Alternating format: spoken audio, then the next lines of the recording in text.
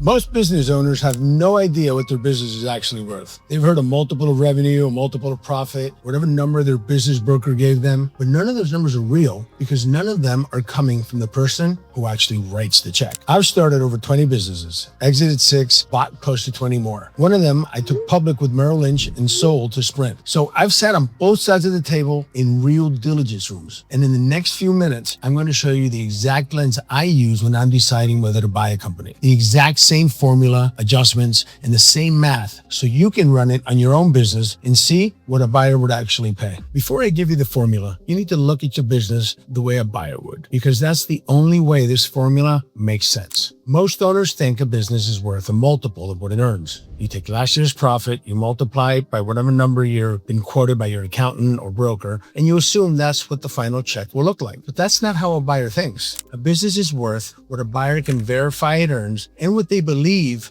will keep running once you're gone. That's the whole game. Can they prove the numbers, and does the business survive if you walk out the door? Every single input in the formula I'm about to give you is one of those two things. You start with your net income after all expenses. It includes all operating expenses, taxes, depreciation, and amortization. It's the last number at the bottom of your P&L. You then want to add back all the loan interest and taxes you incurred. Next, you add back the depreciation and amortization, which is a calculation accountants use to spread out the cost of equipment over multiple years. What you're left with after all this is the actual amount the business generates, also known as the EBITDA. That's the number a buyer cares about. But you don't just use the raw number, you adjust it. And the biggest adjustment most owners forget is if you leave the business, somebody has to do your job. Whatever it costs to replace you, that comes right off the top. So if your business does $2.4 million in EBITDA and it costs $200,000 a year to hire someone to do what you do, then your adjusted EBITDA is now $2.2 million. That's the real number a buyer is working with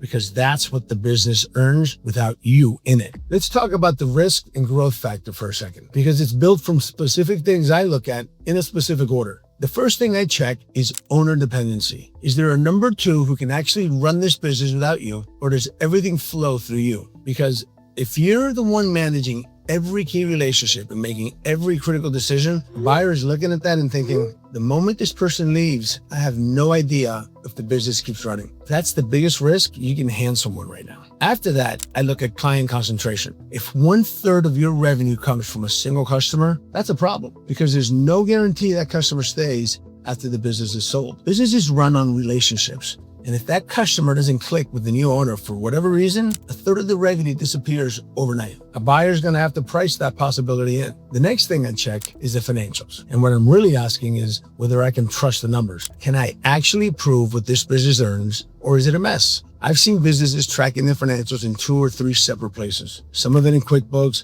and some in spreadsheets. And the problem isn't that the numbers are wrong. It's that if you can't clearly explain your own finances, a buyer who knows nothing about the business isn't buying an opportunity. They're actually buying an expensive problem. Then I look at vendor concentration. The same principle as client concentration, just on the supply side. For example, if 80% of your revenue depends on one supplier contract and that relationship breaks down, the whole business is exposed. A buyer is going to discount for that too, because it's a risk they can't control. I also look at whether the business has documented systems and SOPs, or if the whole playbook lives inside somebody's head. That one matters, but it's the one I worry about the least because I know that I can build systems at least after I buy it. What I can't fix as easily is single points of failure. If one person quits or one system goes down on day one and the whole business stalls, well, that's a real problem. And this one is easy to miss because the business has been running fine with those weaknesses for years. The owner looks at that and sees proof that it works. There's nothing to fix. I look at it and see something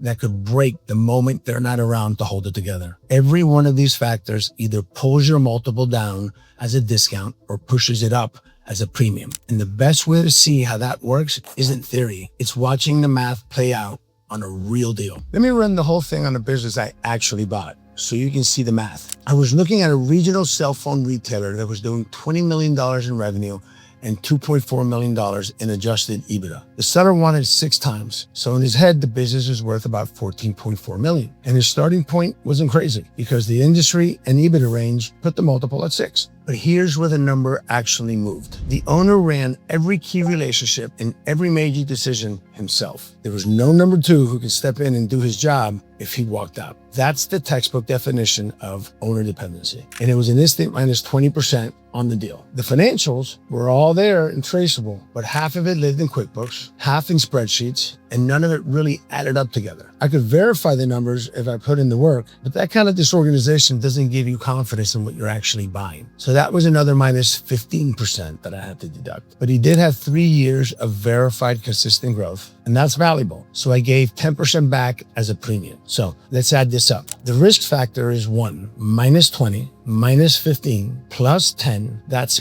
0.75. Now, the earnings. His EBITDA was $2.4 million, but it would cost about $200,000 a year to replace the actual owner who was actually holding the business together because he wasn't staying. So the adjusted earnings were now $2.2 million. Now, let's do the math. 2.2 million times the base multiple of 6 is $13.2 million times 0.75. That's $9.9 million. That $4.5 million gap isn't me lowballing him. It's the two of us looking at the same business through different lenses. The seller felt good about how the business ran because it had run fine that way for years with him at the center of it. But a buyer isn't looking at how it ran with you in it. They're actually looking at what it'll be like when you're gone. How much of this continues? What's the risk it falls apart? And what's the cost if it does? So if you run this formula on your own business and the number comes back lower than the one in your head, that gap is your answer. It's a map of everything a buyer would make you pay for. But here's the thing. Every one of those things is something you can fix before you ever sit down at the table. What I need you to understand is that selling your business without preparation will cost you more than you think. So if you're planning on doing something like this, I recommend sitting down and evaluating all the factors we've talked about in this video. So now that you've got the number, the next question is how you build a business that gets you the number you actually want. Click this video here because I walk you through the 6 lessons I learned from exiting 6 businesses and buying close to 20 more. The changes that genuinely decide whether your business sells for what it's worth or doesn't sell at all. I'll see you there.